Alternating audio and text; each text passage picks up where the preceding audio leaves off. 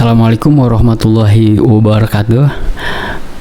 Halo semuanya, kali ini saya akan membahas secara singkat mengenai sejarah perjuangan bangsa dan integrasi nasional. Sejarah perjuangan bangsa Indonesia tidak terlepas dari perjuangan bangsa melawan penjajah dalam merebut dan mempertahankan kemerdekaan. Sejarah perjuangan bangsa erat sekali dengan integrasi nasional, yaitu proses menyatukan berbagai kelompok, unsur, perbedaan dalam suatu bangsa menjadi satu kesatuan yang utuh.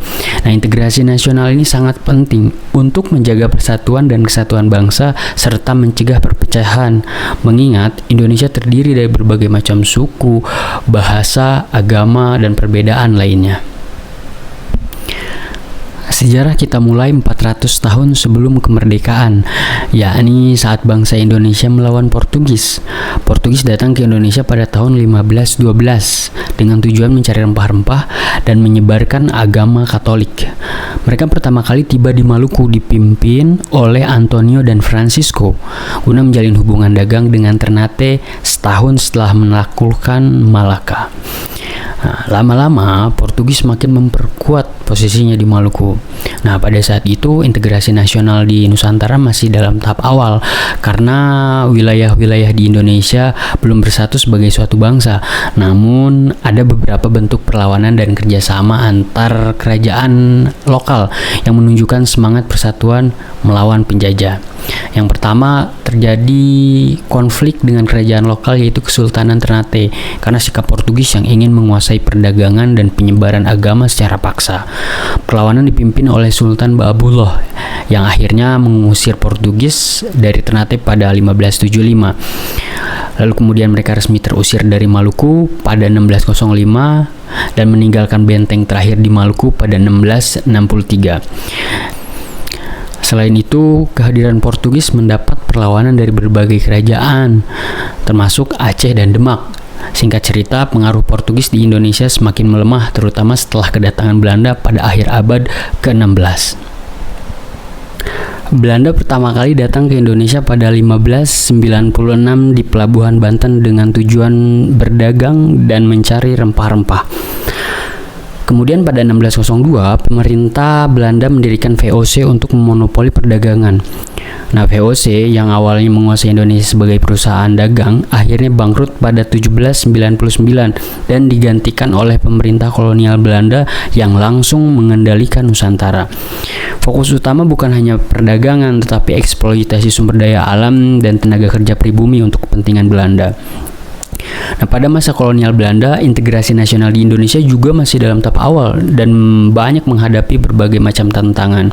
Nah, meskipun demikian, semangat nasionalisme mulai tumbuh yang kemudian mendorong integrasi nasional.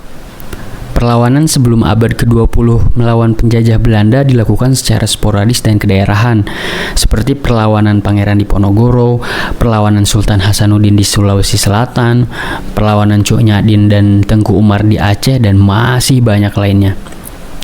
Nah, kemudian pada awal abad ke-20, perjuangan tidak lagi bersifat kedaerahan, tetapi mulai menggunakan organisasi modern, dan Budi Utomo menjadi organisasi modern pertama yang membangkitkan kesadaran nasional serta mendorong pendidikan dan kemajuan rakyat untuk melawan penjajahan. Kemudian, Ikrar Sumpah Pemuda yang seakan menghapus perbedaan suku dan daerah memperkuat semangat kebangsaan. Nah, pada tahun 1942, dominasi Belanda berakhir saat Jepang mengambil alih. Tujuan utama Jepang adalah menguasai sumber daya alam, terutama minyak di Indonesia. Pada 11 Januari 1942, Jepang pertama kali mendarat di Tarakan, Kalimantan Timur yang kaya akan minyak. Dengan kekalahan Belanda dan sekutu di pertempuran Laut Jawa, sejak saat itu Indonesia resmi berada di bawah penjajahan Jepang pada 8 Maret 1942.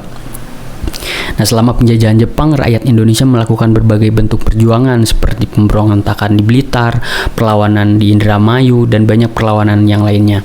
Nah, didasari penderitaan bersama saat kekejaman Jepang menerapkan kerja paksa atau romusa, mempercepat integrasi nasional yang kemudian menyatukan rakyat dari berbagai daerah. Nah, dengan perjuangan dan integrasi nasional inilah Indonesia akhirnya memproklamasikan kemerdekaan pada 17 Agustus 1945 dan memperkuat persatuan sebagai satu bangsa.